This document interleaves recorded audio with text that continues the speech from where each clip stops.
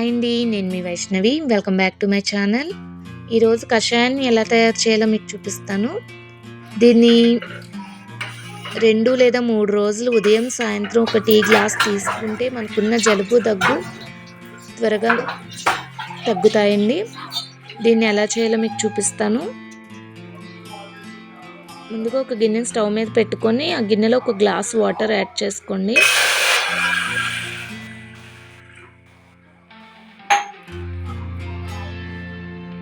ఇప్పుడు అందులో 2 ఇంచులు దాల్చిన చెక్కను వేసుకోండి.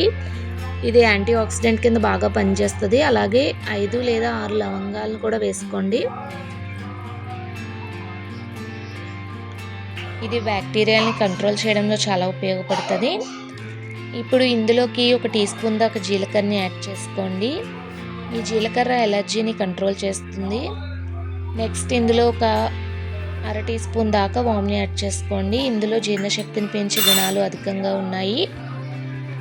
ఇందులో 1 టీ స్పూన్ దాకా క్రష్ చేసుకున్న మిరియాలను వేసుకోండి. మిరియాలు యాంటీ ఆక్సిడెంట్స్ అనేవి ఎక్కువగా ఉంటాయి. నెక్స్ట్ ఇందులోకి 1 ఇంచు అల్లాన్ని కొద్దిగా క్రష్ చేసుకొని వేసుకోండి. ఈ అల్లం వికారాన్ని తగ్గిస్తుంది.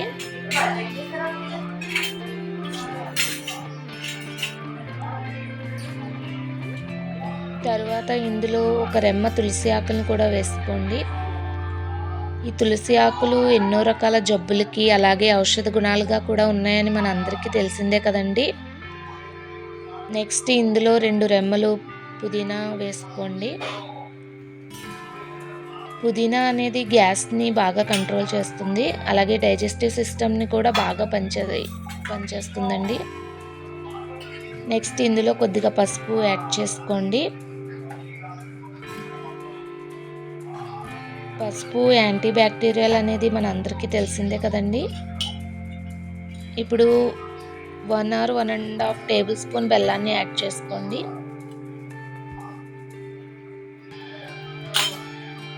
బెల్లం కూడా ఎన్నో ఔషధాలకి పనిచేస్తుందండి. ఇప్పుడు కొద్దిగా నిమ్మ చెక్కని యాడ్ చేసుకోండి. లేకపోతే ఎవరికైతే లెమన్ గ్రాస్ అవైలబుల్గా ఉందో అది కూడా యాడ్ చేసుకోవచ్చు. మీరు ఇమ్యూనిటీ పవర్ బాగా ఉంటుందండి. కొంచెం సేపు బాయిల్ అవనివ్వండి. ఇప్పుడు ఇలా బాయిల్ అయిన తర్వాత స్టవ్ ఆఫ్ చేసుకొని కొంచెం సేపు చల్లారిన తర్వాత ఇలా ఫిల్టర్ చేసుకోవాలి.